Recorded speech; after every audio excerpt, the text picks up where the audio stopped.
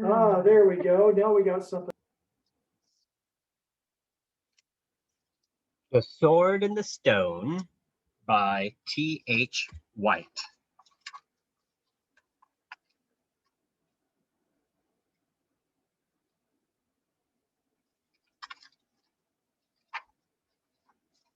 Illustrations by Dennis Nolan.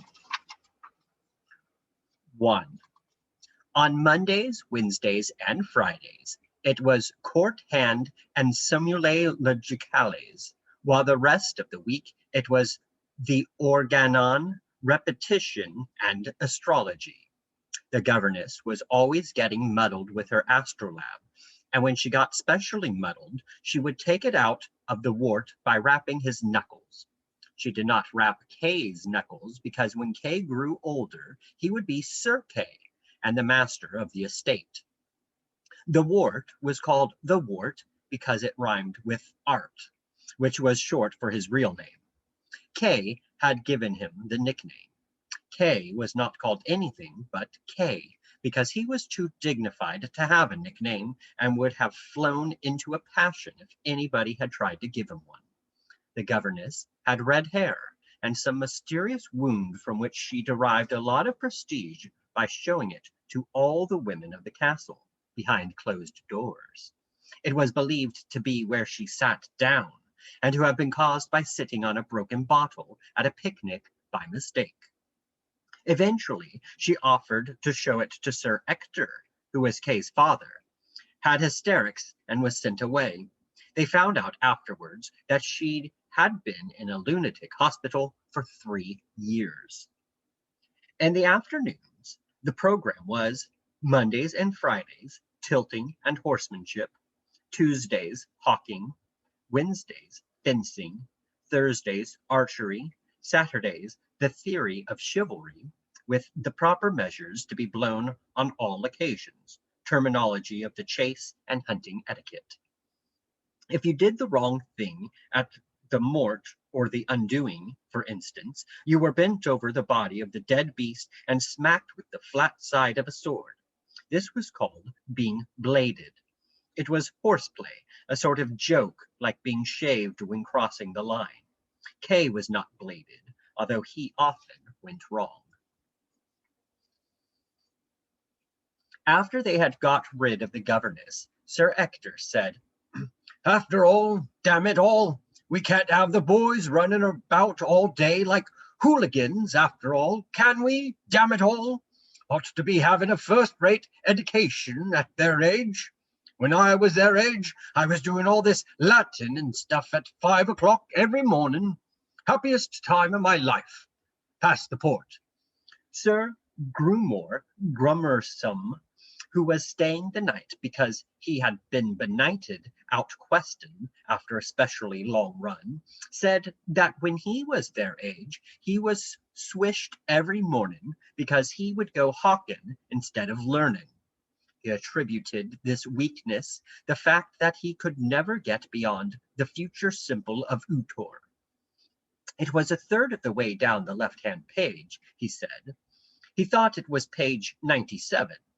He passed the port. Sir Ector said,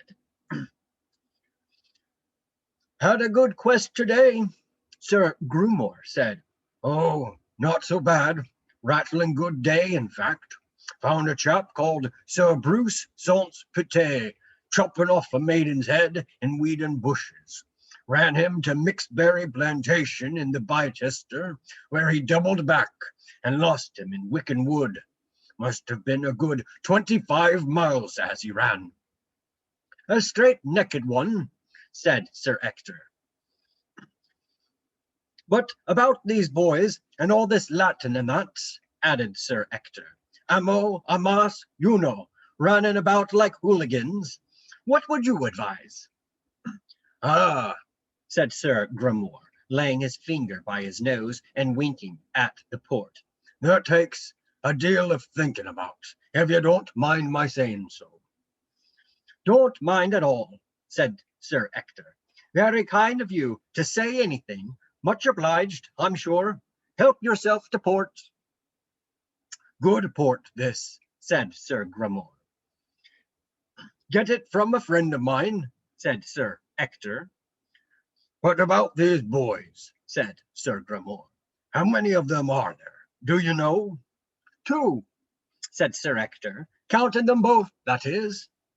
Couldn't send them to Eton, I suppose? Inquired Sir Grimoire cautiously. Long way and all that, we know. Isn't so much the distance, said Sir Ector, but that giant what's his name is in the way. Have to pass through his country, you understand? What is his name? Can't recollect it at the moment, not for the life of me. Fellow that lives in by the Burbly water. Ah, Galapas, said Sir Gramor. That's the very chap. The only other thing, said Sir Gramor, is to have a tutor. You mean a fellow who teaches you, said Sir Ector wisely. That's it, said Sir Gramor. A tutor, you know, a fellow who teaches you. Have some more port, said Sir Ector. You need it after all this questing. Splendid day, said Sir Gramor. Only they never seem to kill nowadays. Run 25 miles and then mark to ground or lose him altogether. The worst is when you start a fresh quest. We kill all our giants cubbin, said Sir Ector. After that, they give you a fine run, but get away. Run out of scent, said Sir Gramor. I dare say. It's always the same with these big giants in a big country. They run out of scent. But even if you were to have a tutor, said Sir Ector, I don't see how you would get him. Advertise, said Sir Gramor.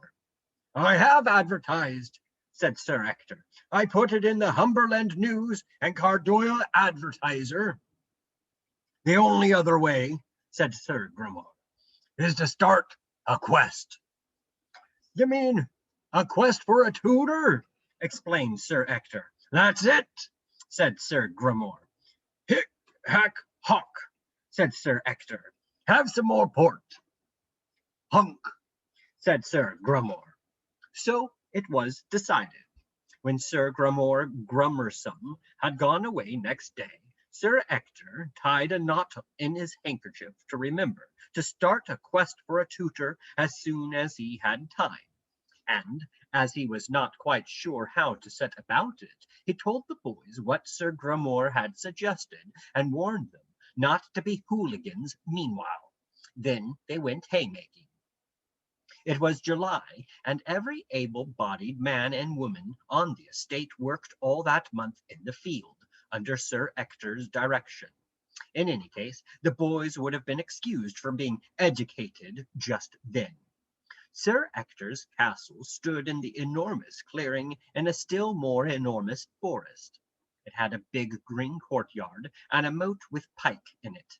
The moat was crossed by a strongly fortified stone bridge which ended halfway across it. The other half was covered by a wooden drawbridge, which was wound up every night. As soon as you had crossed the drawbridge, you were at the top of the village street. It had only one street, and this extended for about half a mile, with little white thatched houses of mud on either side of it. The street divided the clearing into two huge fields, that on the left being cultivated in hundreds of long narrow strips, while that on the right ran down to a little river and was used as pasture. Half of the right-hand field was fenced off for hay.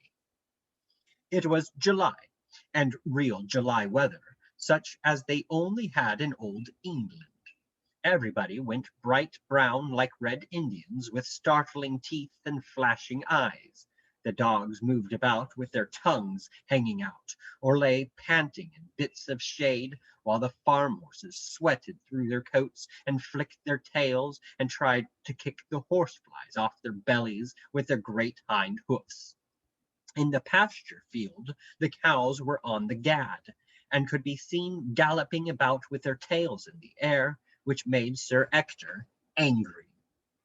Sir Ector stood on the top of a rick, whence he could see what everybody was doing, and shouted commands all over the 200-acre field, and grew purple in the face. The best mowers mowed away in a line where the grass was still uncut, their scythes roaring all together in the strong sunlight. The women raked the dry hay together in long lines with wooden rakes. The two boys with pitchforks followed up on either side of the line, turning the hay inwards so that it lay well for picking up. Then the great carts followed, rumbling their spiked wooden wheels and drawn by horses or slow white oxen. One man stood on top of the cart to receive the hay and direct operations, while one man walked on either side, picking up what the boys had prepared and throwing it to him with a fork. The cart was led down the lane between two lines of hay, and was loaded in strict rotation from the front pulls to the back, the man on top calling out in a stern voice where he wanted each fork to be pitched. The loaders grumbled at the boys for not having laid the hay properly, and threatened to tan them when they caught them if they got left behind. When the wagon was loaded, it was drawn to Sir Ector's rick and pitched to him. It came up easily because it had been loaded systematically, not like modern hay, and Sir Ector scrambled about on top, getting in the way of the two assistants who did all the real work, and stamping and perspiring, and scratching about with his fork, and trying to make the rick grow straight, and shouting that it would all fall down as soon as the west winds came. The wart loved haymaking, and was good at it. Kay, who was 2 years older, generally stood on the edge of the bundle of hay which he was trying to pick up, with the result that he worked twice as hard as the wart for only half the result. But he hated to be beaten by anybody at anything, and used to fight away with the wretched hay, which he loathed like poison, until he was quite sick. The day after Sir Grumwar's visit was hot, sweltering, for the men who toiled from milking to milking, and then again till sunset in their battle with the sultry element. For the hay was an element to them, like sea or air, in which they bathed and plunged themselves, and which they even breathed in. The seeds and small scraps stuck in their hair, their mouths, their nostrils, and worked, tickling inside their clothes. They did not wear many clothes, and the shadows between their sliding muscles were blue on the nut-brown skins.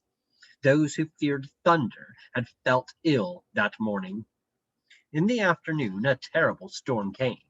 Sir Ector kept them at it till the great flashes were right overhead, and then, with the sky as dark as night, the rain came hurling against them, so that they were drenched at once and could not see 100 yards.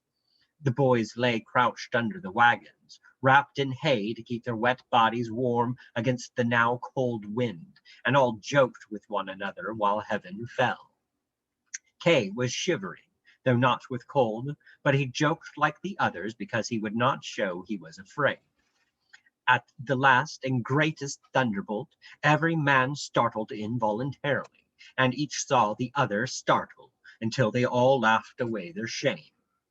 But that was the end of the haymaking for them, and the beginning of play. The boys were sent home to change their clothes. The old dame who had been their nurse fetched dry jerkins out of a press, and scolded them for catching their deaths, and denounced Sir Ector for keeping them on so long. Then they slipped their heads into the laundered shirts, and ran out into the refreshed and sparkling court. "I vote we take Coley, and see if we can get some rabbits in the chase," cried the wart. "The rabbits won't be out in this wet," said Kay sarcastically, delighted to have caught him out over natural history. "Oh, come on," said the wart. "It'll soon dry." "I must carry Coley, then." Kay insisted on carrying the goshawk and flying him when they went out together. This he had a right to do, not only because he was older than the wart, but also because he was Sir Ector's proper son. The wart was not a proper son. He did not understand about this, but it made him feel unhappy, because Kay seemed to regard him as making him inferior in some way. Also, it was different not having a father and a mother, and Kay had taught him that being different was necessarily wrong. Nobody talked to him about it, but he thought about it when he was alone and was distressed. He did not like people to bring it up, and since the other boy always did bring it up when a question of precedence arose, he had got into the habit of giving in at once before it could be mentioned. Besides, he admired Kay and was a born follower. He was a hero worshipper. "Come on, then," cried the wart, and they scampered off towards the mews, turning a few cartwheels on the way. The mews was one of the most important parts of the castle, next to the stables and the kennels. It was opposite to the solar and faced south. The outside windows had to be small, for reasons of fortification, but the windows which looked inwards to the courtyards were big and sunny. All the windows had close vertical slats nailed down them, but no horizontal ones. There was no glass, but to keep the hawks from draughts, there was horn in the small windows. At one end of the mews there was a little fireplace and a kind of snuggery, like the place in a saddle room where the grooms sit to clean their tacks on wet winter nights after hunting. Here there were a couple of stools, a cauldron, a bench with all sorts of small knives and surgical instruments, and some shelves with pots on them. The pots were labeled cardamom, ginger, barley sugar, wrangle, for a snert, for a cray, vertigo, etc. There were leather skins hanging up, which had been snipped about as pieces were cut out of them for jesses, hoods, and leashes. On the neat row of nails there were Indian bells and swivels and silver varvels, each with Ector cut on. A special shelf, and the most beautiful of all, held the hoods, very old cracked rufter hoods, which had been made for birds before Kay was born, tiny hoods for the merlins, small hoods for tiercels, splendid new hoods which had been knocked up to pass away the long winter evenings. All the hoods, except the rufters, were made in Sir Ector's colours, white leather with red baize at the sides and a bunch of blue-grey plumes on top, made out of the hackle feathers of herons. On the bench there was a jumble of oddments, such as are to be found in every workshop, bits of cord, wire, metal, tools, some bread and cheese which the mice had been at, a leather bottle, some frayed gauntlets for the left hand, nails, bits of sacking, a couple of lures, and some rough tallies scratched on the wood. These read, Conays, I, Harn, I, etc. They were not spelled very well. Right down the length of the room, with the afternoon sun shining full on them, there ran the screen perches to which the birds were tied.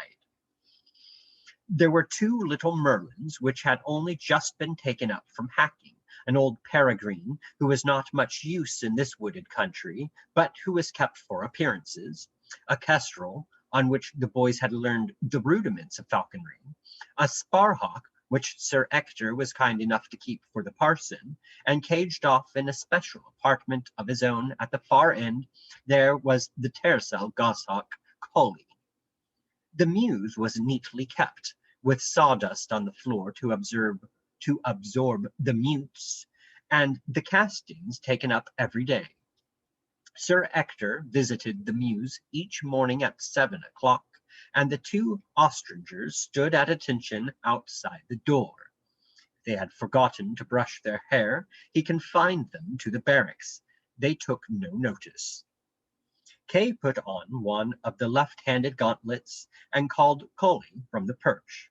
But Coley, with all his feathers close set and malevolent, glared at him with a mad marigold eye and refused to come. So Kay took him up. "Do you think we ought to fly him?" asked the wart doubtfully. "Deep in the moat like this?" Of course we can fly him, you ninny, said Kay. He only wants to be carried a bit, that's all.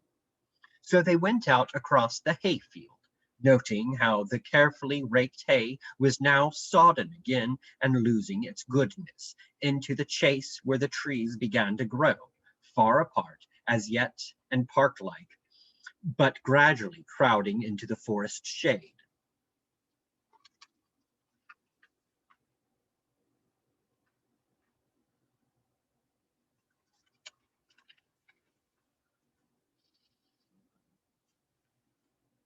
The conies had hundreds of berries under these trees, so close together that the problem was not to find a rabbit, but find a rabbit far enough away from its hole.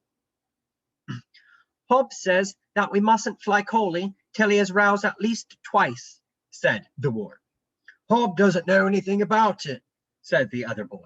Nobody could tell whether a hawk is fit to fly except the man who is carrying it. Hob is only a villain away anyway, added. Hob is only a villain anyway, added Kay, and began to undo the leash and swivel from the jesses. When he felt the trappings being taken off him, so that he was in hunting order, Coley did make some movements as if to rouse. He raised his crest, his shoulder coverts, and the soft feathers of his thighs, but at the last moment he thought better or worse of it, and subsided without the rattle. This movement of the hawk's made the wart itch to carry him, so that he yearned to take him away from Kay and set him to rights himself. He felt certain that he could get Coley into a good temper by scratching his feet and softly teasing his breast feathers upwards, if only he were allowed to do it himself, instead of having to plod along behind with the stupid lure. But he knew how annoying it must be for Kay to be continually subjected to advice, and so he held his peace. Just as in modern shooting, you must never offer criticism to the man in command, so in hawking it was important that no outside advice should be allowed to disturb the judgment of the actual ostricher. So ho! Cried Kay, throwing his arm upward to give the hawk a better takeoff, and a rabbit was scooting across the close nibbled turf in front of them, and Coley was in the air. The movement had surprised the wart, the rabbit, and the hawk, all three, and all three hung a moment in surprise.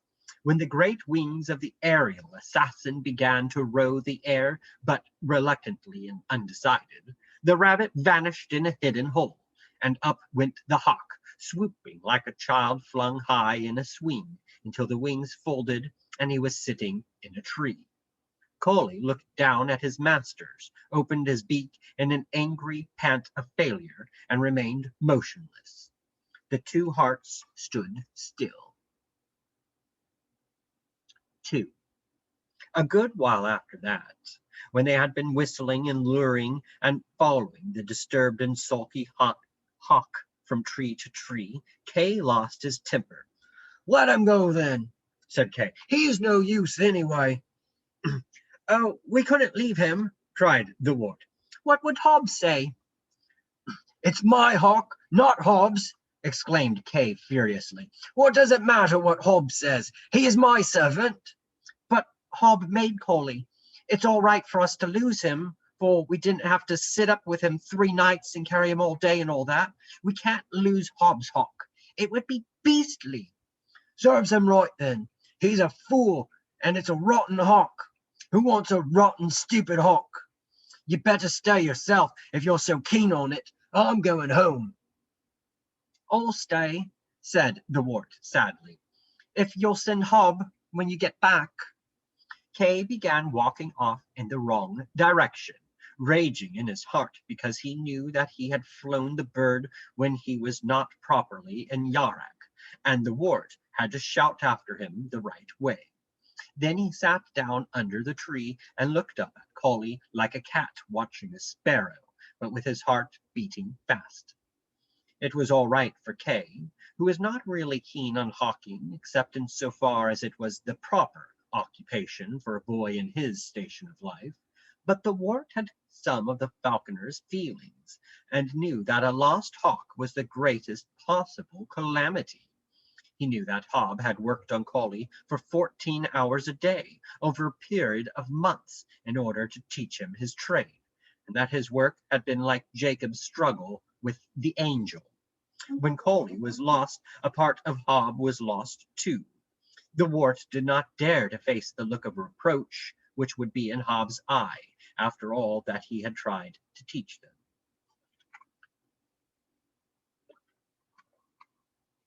What was he to do? He had better sit still, leaving the lure on the ground so that Colley could settle down and come in his own time. But Colley had no intention of doing this. He had been given a generous crop the night before, so that he was not hungry. The hot day had put him in a bad temper. The waving and whistling of the boys below him, and their pursuit of him from tree to tree, had disturbed his never very powerful brains. Now he did not quite know what he wanted to do, but it was not what anybody else wanted. He thought perhaps it would be nice to kill something, just from spite. A long time after that, the wart was on the verge of the true forest, and Colley inside it. In a series of infuriating removes, they had come nearer and nearer, till they were further from the castle than the wart had ever been, and now they had reached it quite. Wart would not have been frightened of a forest nowadays, but the great jungle of old England was a different thing. It was not only that there were wild boars in it, whose sounders would at this season be furiously rooting about, nor that one of the surviving wolves might be slinking behind any tree with pale eyes and slavering chops. The mad and wicked animals were not the only inhabitants of the crowded gloom. When men themselves became mad and wicked, they took refuge there. Outlaws, cunning and bloody as the gore-crow, and as persecuted. The wart thought particularly of a man named Watts, whose name the cottagers used to frighten their children with. He had once lived in Sir Ector's village, and the wart could remember him. He squinted, had no nose, and was weak in his wits. The children threw stones at him. One day he turned on the children and caught one and made a snarly noise and bit off his nose too. Then he ran away into the forest. They threw stones at the child with no nose now, but Wat was supposed to be in the forest still, running on all fours and dressed in skins. There were magicians in the forest also in those days, as well as strange animals not known to modern works of natural history. There were regular bands of outlaws, not like Wat, who lived together and wore green and shot with arrows which never missed. There were even a few dragons, though they were rather small ones, which lived under stones and could hiss like a kettle. Added to this, there was the fact that it was getting dark. The forest was trackless, and nobody in the village knew what was on the other side. The evening hush had fallen, and all the high trees stood looking at the wart without a sound. He felt that it would be safer to go home, while he still knew where he was, but he had a stout heart and did not want to give in. He understood that once Colley had slept in freedom for a whole night, it would be wild again and irreclaimable. Colley was a passenger, but if the poor wart could only mark him to roosts, and if Hob would only arrive then with a dark lantern, they might still take him that night by climbing the tree, while he was sleepy and muddled with the light. He could see more or less where the hawk had perched, about 100 yards within the thick trees, because the home-going rooks of evening were mobbing that place. Wart made a mark on one of the trees outside the forest, hoping that it might help him to find his way back, and then began to fight his way into the undergrowth as best he might. He heard by the rooks that Colley had immediately moved further off.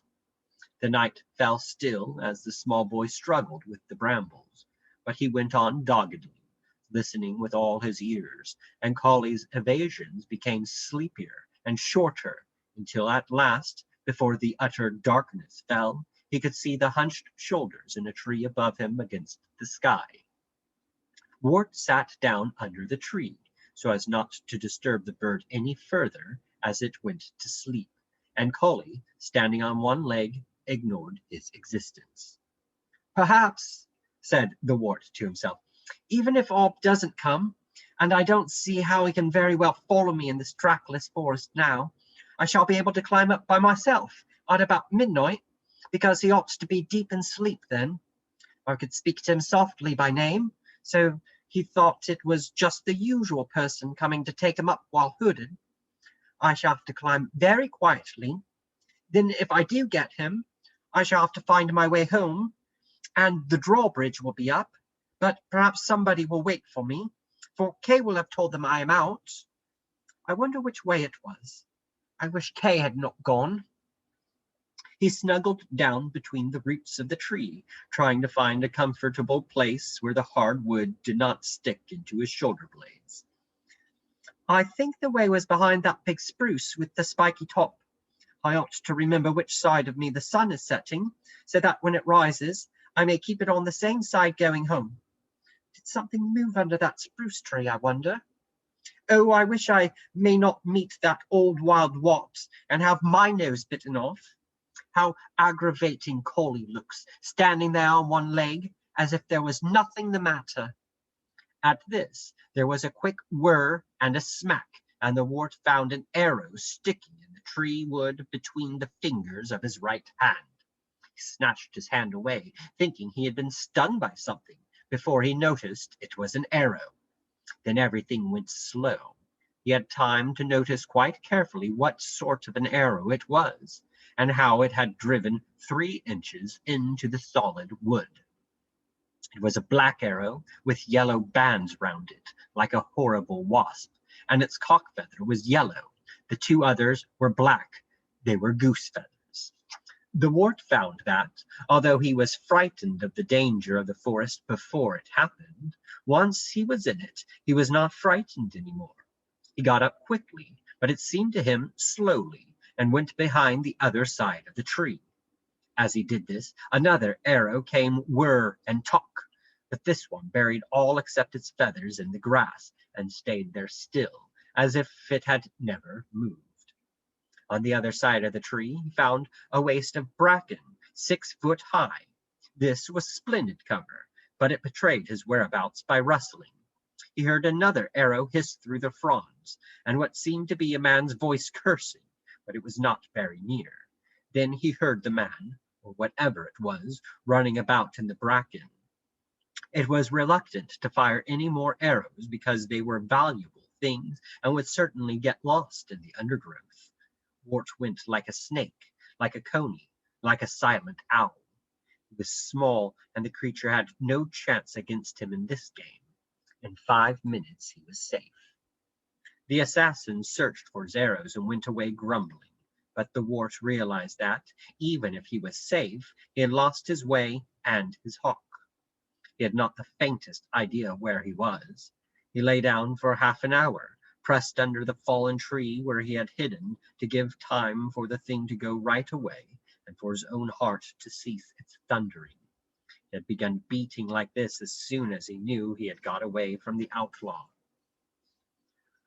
Oh, thought the Wart, now I'm truly lost, and now there's almost no alternative except to have my nose bitten off, or to be pierced right through with one of those waspy arrows, or to be eaten by a hissing dragon, or a wolf, or a wild boar, or a magician, if magicians do eat boys, which I expect they do. Now I may well wish that I had been a good boy, and not angered the governess when she got muddled with her astrolabe, and had loved my dear guardian, Sir Ector, as much as he deserved.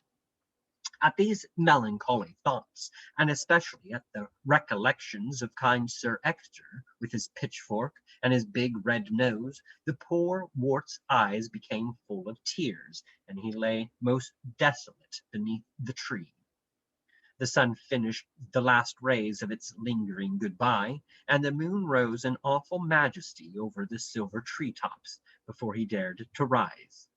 Then he got up and dusted the twigs out of his jerkin and wandered off forlornly, taking the easiest way always and trusting himself to God. He had been walking like this for about half an hour, and sometimes sighing to himself and sometimes feeling more cheerful, because it really was very cool and lovely in the summer forest by moonlight, when he came upon the most beautiful thing that he had ever seen in his short life. There was a clearing in the forest, a wide sward of moonlit grass, and the white rays shone full upon the tree trunks on the opposite side. These trees were beeches, whose trunks are always most beautiful in a pearly light, and among the beeches there was a smallest movement and a silvery clink. Before the clink there were just beeches, but immediately afterwards there was a knight in full armor, standing still and silent and unearthly among the majestic trunks.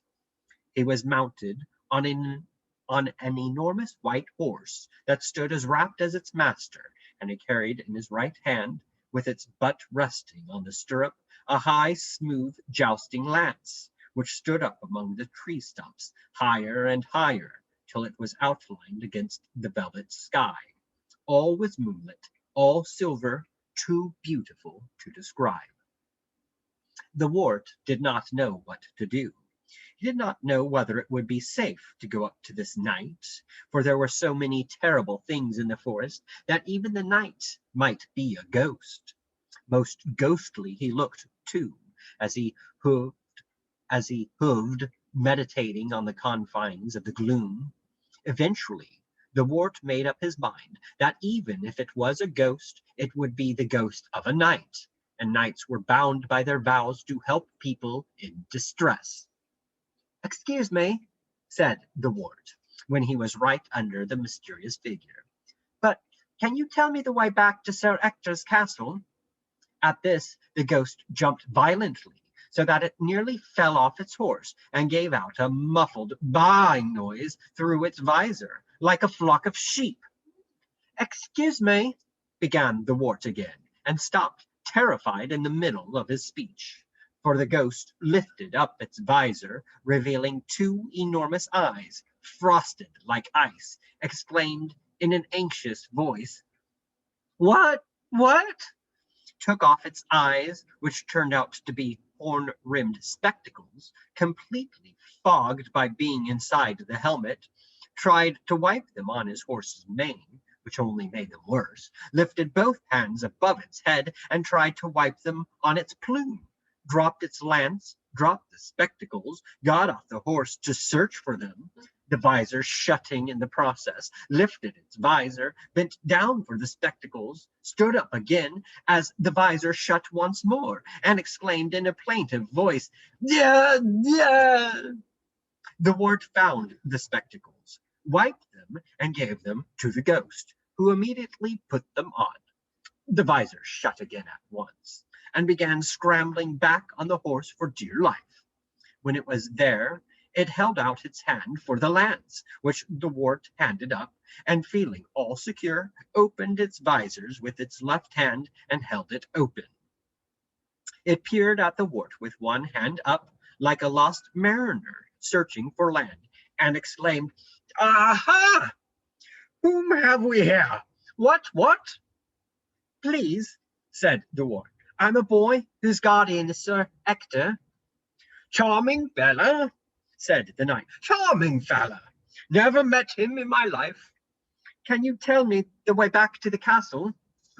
"Faintest idea," said the knight. "Faintest idea. Stranger in these parts myself." "I have got lost," said the wart. Funny thing that. What? Now, I have been lost for 17 years. "Name of King Pellinore," continued the knight. "May have heard of me, what?" Here the visor shut with a pop, like an echo to the "what," but was opened again immediately. 17 years ago, come Michaelmas, and been after the questing beast ever since. Boring, Mary. I should think it would be, said the wart, who had never heard of King Pellinore or the questing beast, but felt that this was the safest thing to say in the circumstances. It is the burden of the Pellinores, said the knight proudly. Only a Pellinore can catch it. That is, of course, or his next of kin. Train all the Pellinores with that idea in mind. Limited education, rather. Fumets and all that. I know what fumets are, said the wart with interest. They are the droppings of the beast pursued. The harbourer keeps them in his horn to shew to his master, and can tell by them whether it is a warrantable beast or otherwise, and what state it is in. Intelligent child, remarked King Pellinore. Very. Now, I carry fumets about with me practically all the time. Insanitary habit, added the king, beginning to look rather dejected and quite pointless. Only one questing beast, you know.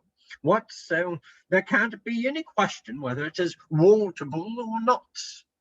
Here his visor began to droop so much that the wart decided he had better forget his own troubles and try to cheer his companion up by asking questions on the one subject about which King Pellinore seemed qualified to speak.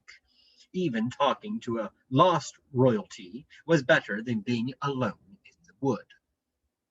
What does the questing beast look like?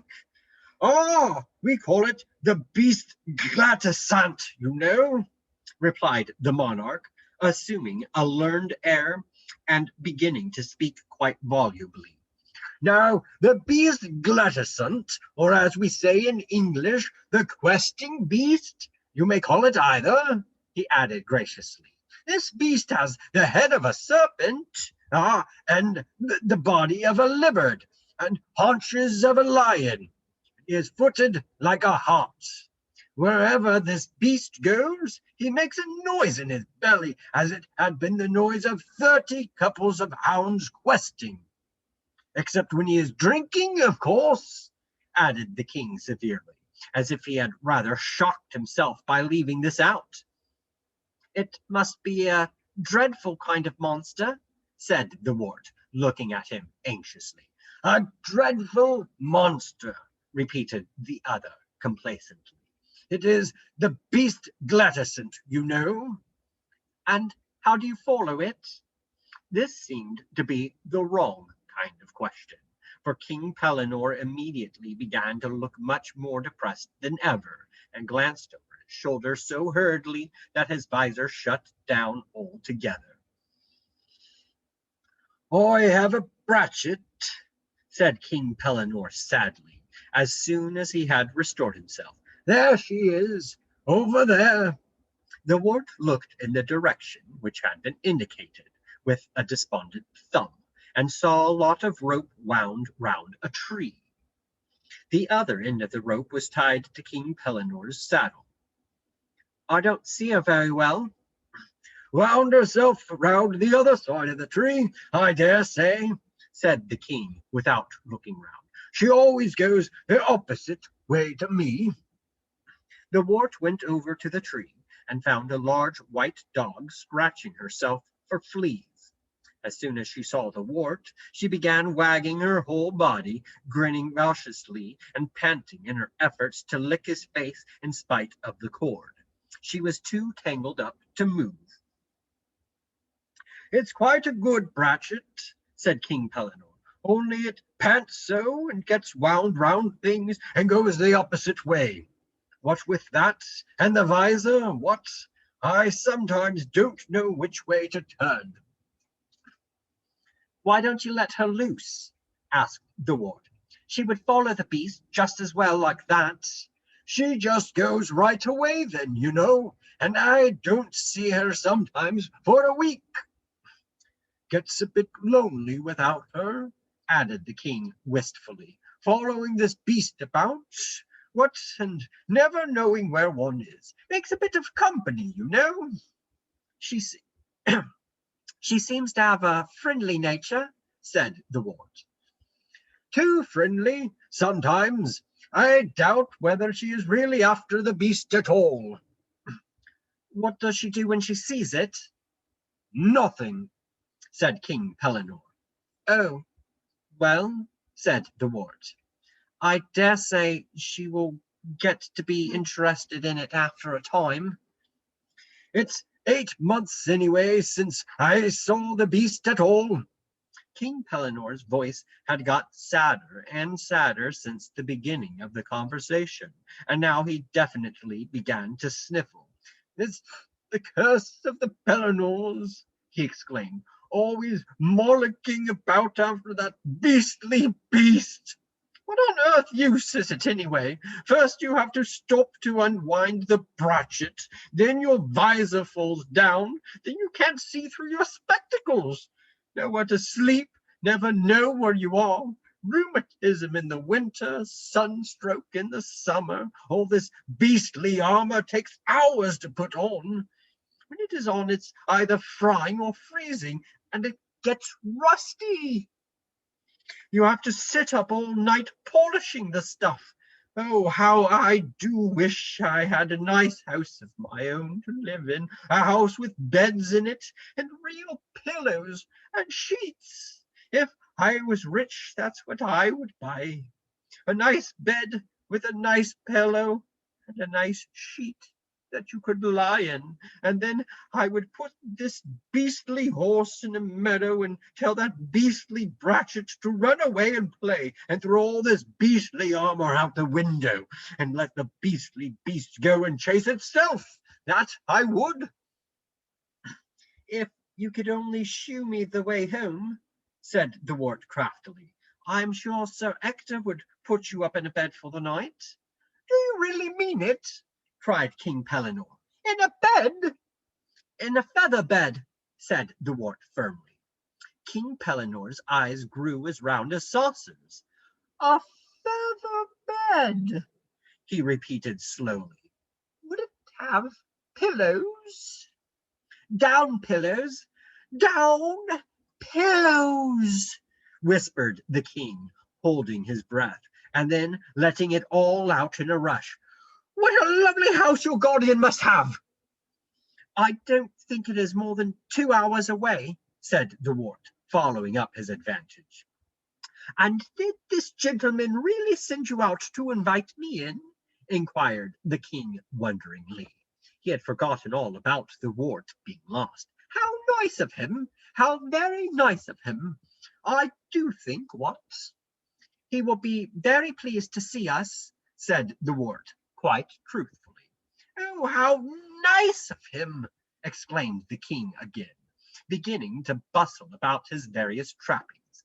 What a lovely gentleman he must be, to have a feather bed! I suppose I should have to share it with somebody, he added doubtfully. You could have one of your very own. A feather bed of one's very own, exclaimed King Pellinore, with sheets and pillow.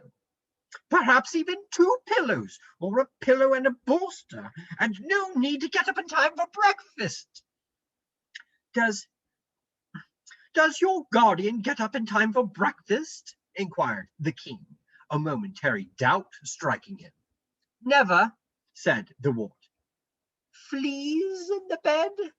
Asked the king suspiciously. Not one. Well, said King Pellinore, it does sound too nice for words, I must say. A feather bed, and none of those beastly fumets for ever so long. How long did you say it would take us to get there? 2 hours, said the wart, but he had to shout the second of these words, for the sounds were drowned in his mouth by a dreadful noise which had that moment arisen close beside them. What was that? Exclaimed the wart. Hark! Cried the king. Oh, mercy! Wailed the wart. It's the beast! Shouted the king. And immediately the loving huntsman had forgotten everything else, but was busied about his task. He wiped his spectacles upon the seat of his trousers, the only accessible piece of cloth about him, while the belling and bloody cry arose all around, balanced them on the end of his long nose, just before the visor automatically clapped to, clutched his jousting lance in his right hand, and galloped off in the direction of the noise. He was brought up short by the rope which was wound round the tree, the vicious Brachet meanwhile giving a melancholy yelp, and fell off his horse with a tremendous clang. In a second he was up again. The wart was convinced that his spectacles must be broken, and hopping round the white horse with one foot in the stirrup. The girth stood the test, and he was in the saddle somehow, with his jousting lance between his legs, and then he was galloping round and round the tree, in the opposite direction to that in which the Brachet had wound herself up.